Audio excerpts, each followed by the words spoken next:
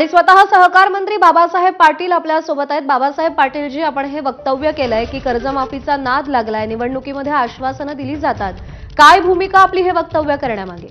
काल जळगाव जिल्ह्यामध्ये चोपडा या ठिकाणी 4थ्या बँकेच्या शाखेच्या उद्घाटनाप्रसंगी तिथे गेला असताना ग्रामीण भागामध्ये जर आपल्याला अर्थव्यवस्था बळकट करायची आहे, शेतकऱ्याच्या जीवनामध्ये आर्थिक क्रांती घडवायची असेल तर पश्चिम महाराष्ट्रामध्ये गोकुळ सारखी व्यवस्था, दुधाची व्यवस्था खूप मोठ्या प्रमाणात केलेली आहे।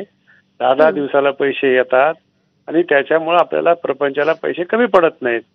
मग अर्बन बँक असो, पतसंस्था असो, माझ्याही मतदारसंघात माझीही पतसंस्था आहे, बँक आहे, आम्ही देखील दुधाच्या व्यवसायासाठी पैसे दिलेले आहेत।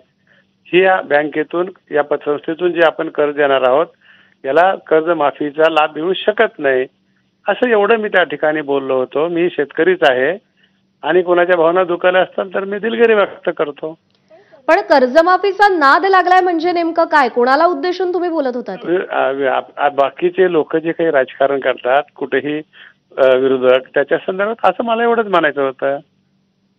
कोणी कर्जमाफीवरून राजकारण केलं? नाद लागलाय, शेतकऱ्यांची कर्जमाफीची अपेक्षा आहे आणि वाटेकडे डोळे लावून बसलेला आहे शेतकरी कर्जमाफीच्या घोषणेच्या, आणि अशात तुम्ही हे वक्तव्य करता, काय समजायचं? नाही, समजायचं नाही। हे जे कर्ज दुधासाठी दिलं जाणार आहे ह्या कर्जमाफीमध्ये बसत नाही, काय एवढंच मला म्हणायचं। पण या सगळ्यामध्ये तुम्ही निवडणुकांच्या वेळी दिलेल्या आश्वासनांचाही उल्लेख केलात, म्हणजे निवडणुकीच्या वेळी आश्वासन शेतकऱ्यांना दिलं गेलं होतं कर्जमाफीचं। नाही, आम्हाला लोकांनी, जनतेने देखील ठरवावं लागलं अगदी की लोकप्रतिनिधीला काय मागायचं।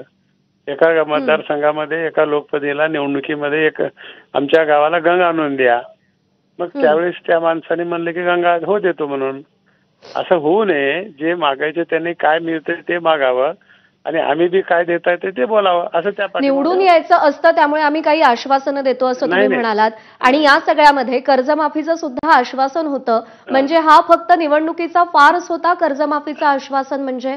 नाही, ते जे बोलले आमच्या जे याच्यामध्ये आहे जाहीरनाम्यामध्ये ते आम्हाला करावं लागतं ना पूर्ण। आम्ही एवढंच म्हणलं की हे कर्जमाफीमध्ये बसत नाही, हे आपलं कर्ज, एवढंच त्याच्या पाठीमागे होता। काही लोकांच्या भावना दुखावल्या असतील तर मी त्याच्याबद्दल दिलगिरी व्यक्त करतो। आपण स्वतः सहकार मंत्री आहात, आपण मराठवाड्यातून येता, आपल्याला दुष्काळाची दाहकता, शेतीचं नुकसान या सगळ्याबद्दल माहिती आहे, आणि अशात हे असंवेदनशील वक्तव्य? असंवेदनशील नाहीये, त्या प्रसंगाला बोललो होतो मी। असंवेदनशील किंवा शेतकऱ्यावर असा विषय नाही। पण बाबासाहेब पाटील जी, असं आहे की सध्या राज्यामध्ये कर्जमाफीच्या मुद्द्यावरून प्रचंड भावनिक वातावरण आहे, आपले विरोधक सुद्धा आपल्यावर टीका करतायत, आणि अशा वेळी वक्तव्य करताना एक राजकारणी म्हणून तुम्ही ही मर्यादा का पाळली नाहीत, हा प्रश्न सगळ्यांनाच पडलाय। नाही, मर्यादा मी पाळूनच बोललेला आहे। त्यांना वाटत असेल तर आता मी काय करणार त्याला, काय? ठीक आहे। बाबासाहेब पाटील जी, आभार आपले, आपण सविस्तर प्रतिक्रिया दिलीत त्यासाठी। त्यामुळे जर कोणाच्या